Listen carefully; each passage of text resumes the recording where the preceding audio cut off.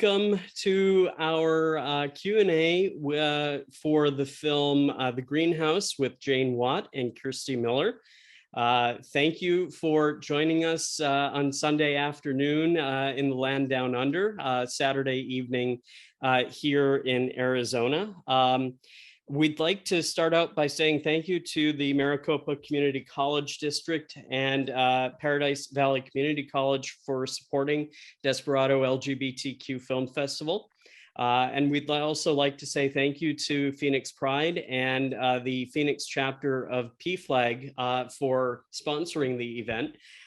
We are also joined today by Alan East, the Desperado LGBTQ film programmer. It's lovely having you all here. I really enjoyed The Greenhouse. I didn't expect the twist in the middle of the movie where it goes semi-horror, but you know, it was a nice twist because I think it really added a dramatic depth to all of your characters and all of your performances. I'd like to open it up to the both of you, whoever wants to go first, but I'd like to understand, actually, let me take a step back. I understand that the director, Thomas White, and I'm probably missing the other half of his name, and I apologize, wrote the story. And if I'm not mistaken, it's based on aspects of his life that he folded into this dramatic story. And since it's based on true events, how did you each draw inspiration for your characters? Who would like to launch in, Kirsty? I'm happy to start. Mm-hmm. So I know the director and writer quite well. We're quite good friends, so I sort of graced with an understanding of his family dynamic already going into the role of playing Dooney. Obviously, the way that our film differs is that there are two adopted children as well as two biologically related children. So that was sort of a new aspect and something kind of fictional for the role. We kind of talked about like who of his siblings we would all kind of be based on and like which aspects. I mean, I think we're all an aspect of Tom in some way. I would say for Dooney, like I think a lot of the prep, we spent a lot of time just talking about the siblings and their relationship, a lot of backstory work, you know, like given circumstances, like how we got to be where we were, and specifically who we were closer to. So my character Dooney, I think, was particularly close to Raph. We had, I guess, like a kind of a mutual understanding of each other, whereas, and then there was also some really beautiful moments between Beth and myself as well.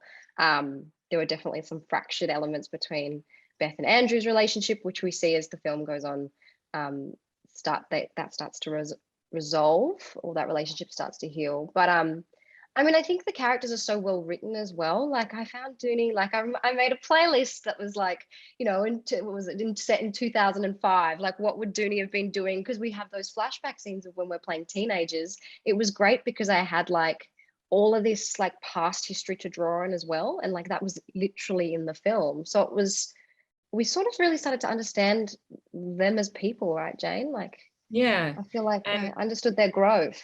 Yeah, and it's interesting because I guess, you know, I was also, you know, am friends with Tom and had been prior to making the film as well.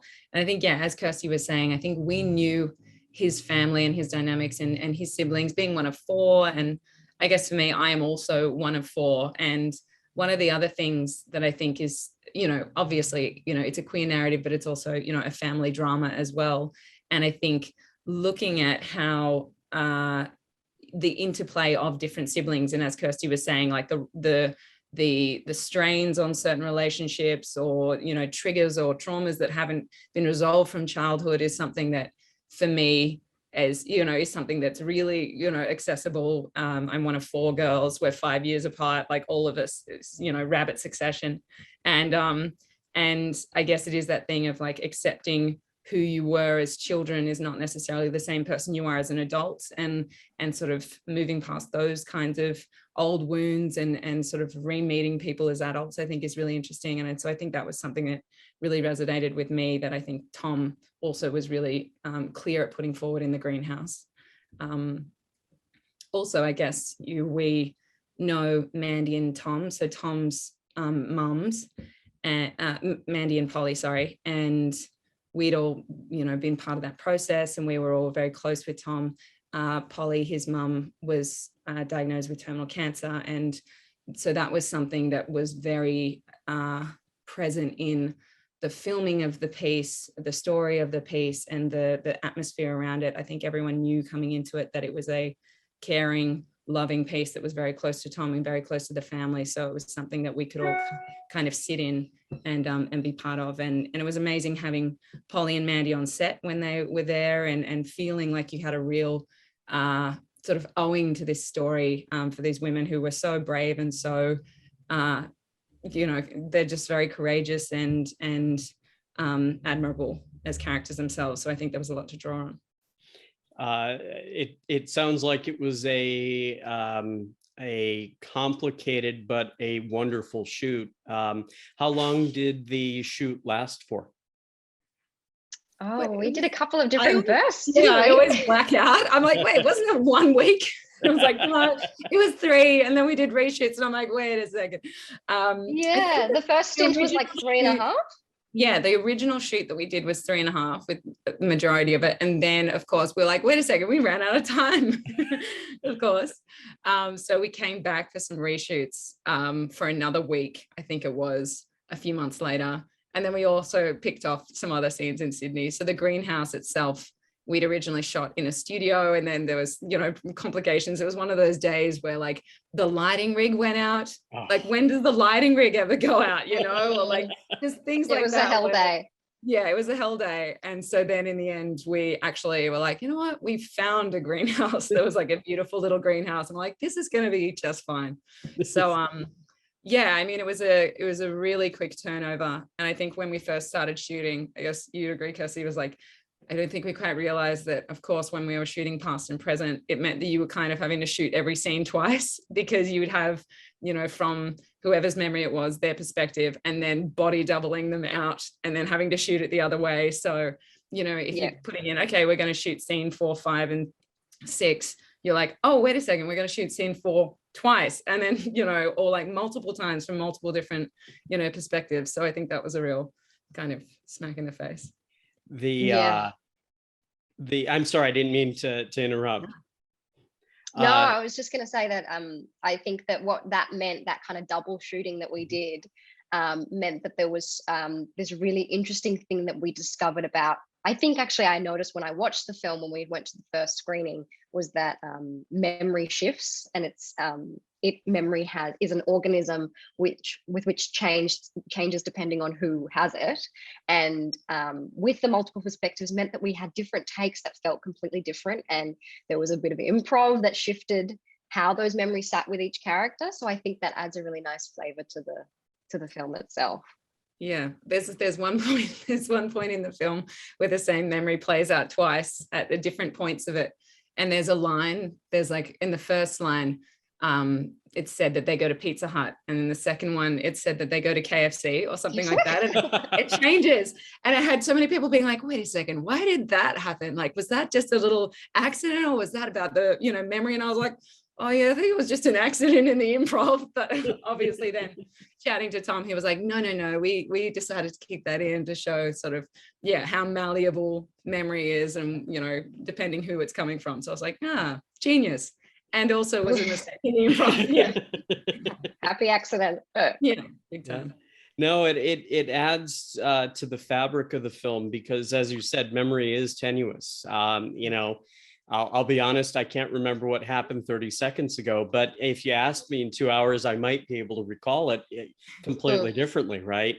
No, it's not that bad, but the point still stands that you managed to keep the audience on their toes, because audiences who are paying attention to the storyline and to the dialogue, which is very, very rich. I mean, if, as I said, if you really pay attention to the dialogue, there's a lot that went into this film, not only from a visual perspective, but from a dialogue perspective. It's a very dialogue intensive movie and a very character driven piece. And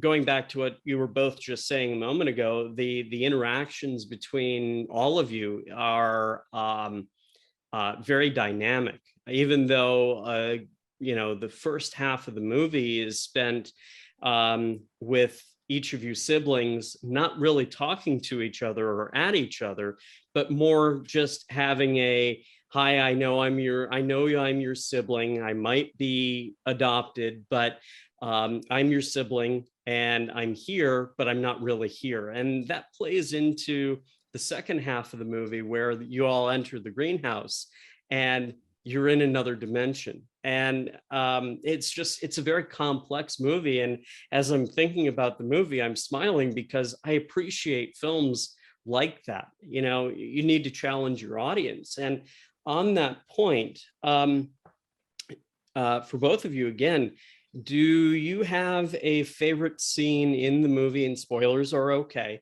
Do you have a scene in the movie that was your favorite, both in terms of the final edited film and in terms of the scenes that you shot? So I know you don't shoot scenes in order, they're edited in post, but your experiences must be very different because you were on set versus what you see in the movie, right? Yeah. Yeah. It's interesting because I guess it's like it's exactly that. What were my favorite scenes to shoot versus what are my favorite scenes in the film?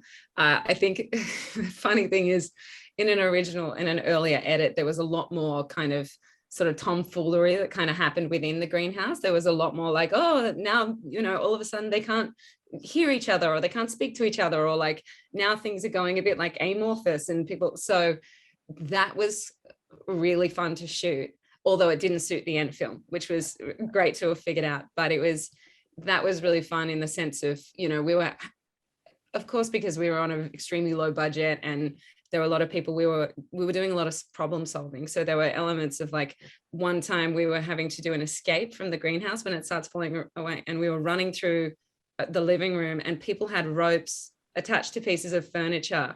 And when they said tilt, we all had to pretend to fall to one side as they would yank the furniture.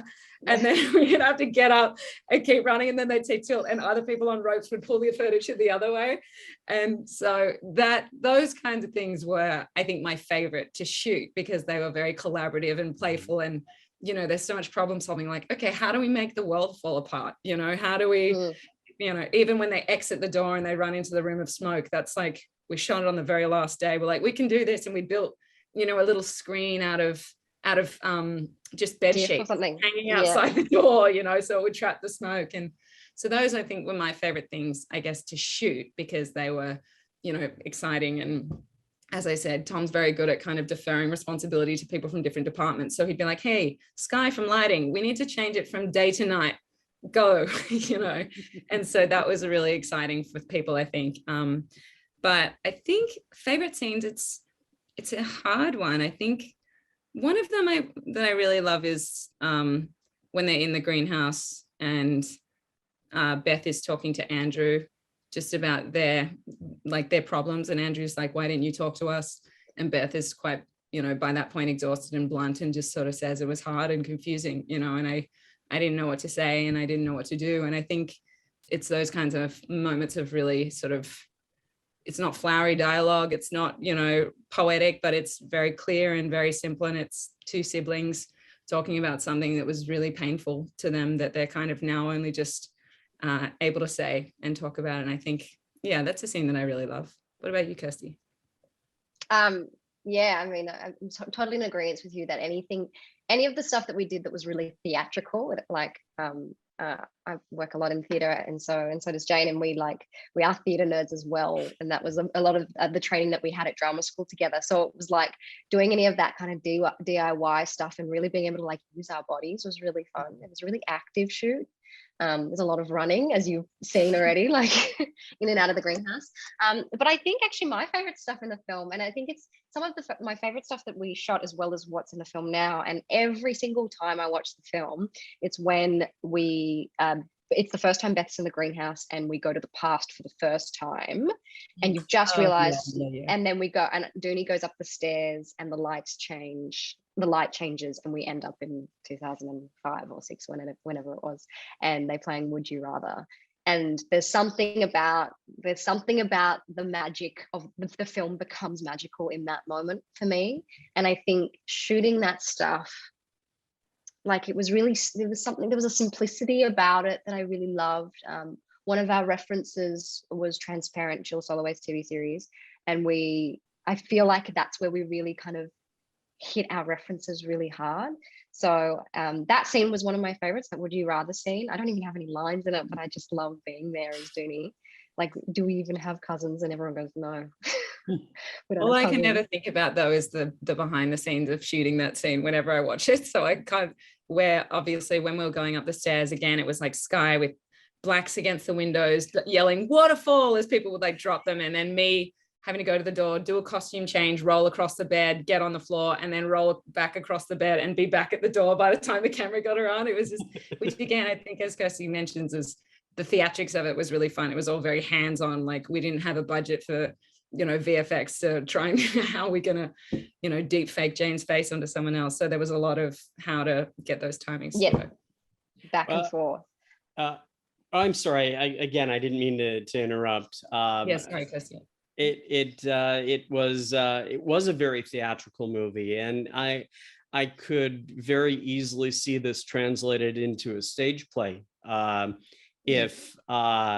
if it were under the right circumstances, because of the level of the craft and the performances.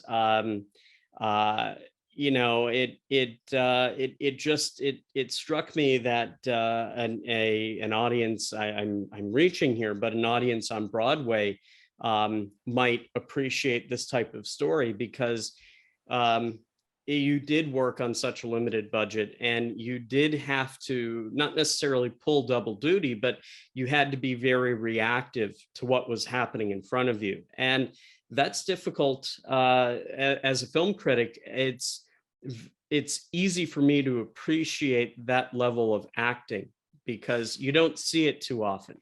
And what I mean by that is, if you had a bigger budget, you'd be reacting to a green screen, and then some bloke sitting in a lab over at WADA would probably be designing the background that you'd be reacting to.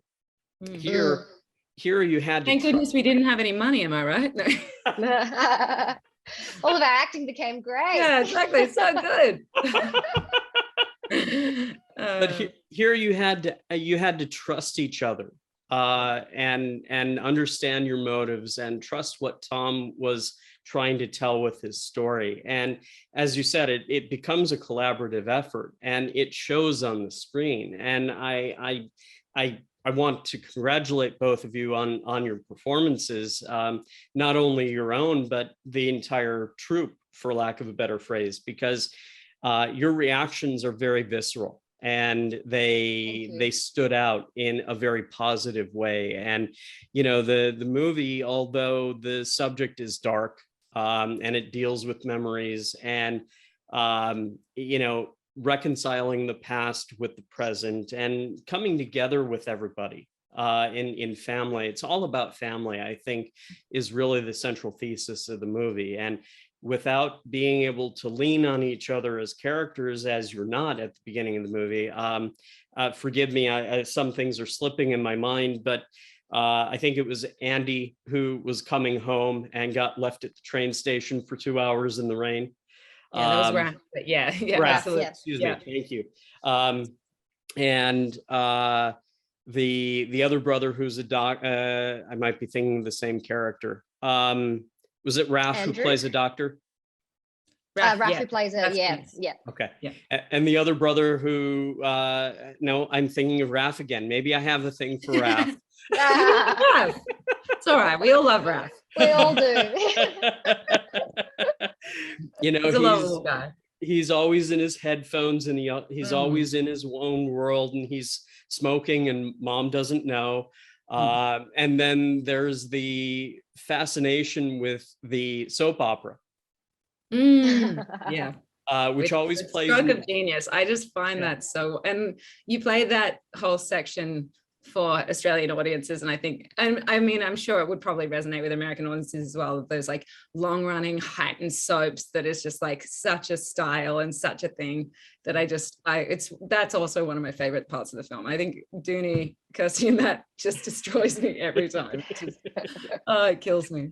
And then within the context of the movie, Kirsty, you were talking about your character was talking about being written off the show at some point. And you know, I love how the soap opera seeps into the character dialogue, and it really becomes one world. There's very little delineation between what's on TV and what the characters out of their stage performances within the tube are doing outside of it as it relates to the family. And you know, there's just a lot of good dramatics and a lot of good theatrics.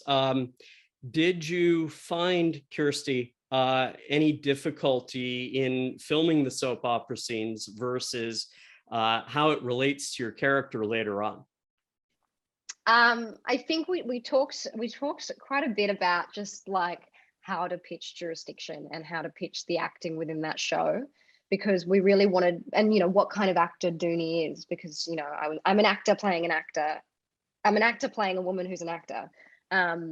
So where her ability lied, and like how skillful she was and how talented she was. But we decided that she had a great degree of passion, which I think you see when we go to the greenhouse when we're in the greenhouse at the end trying to find mum, and you see Dooney deliver the monologue from A Midsummer Night's Dream. And so you see kind of those initial drama school kid who's really just hankering to follow her dreams.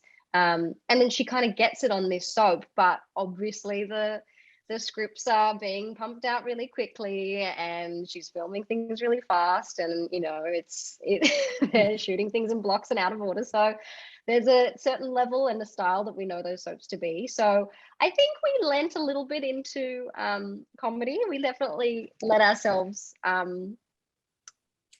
take the piss, you know, have fun. Take the piss a little bit. You know, I think that was it. Like I have you know, really thick black eyeshadow on and huge eyelashes in one of the scenes. The scripts are horrendous, and it's, you know, pretty close to how they are here. And look, I think the audiences really resonate with it and they just get it. But I think that Dooney's passion for the role is there, you know.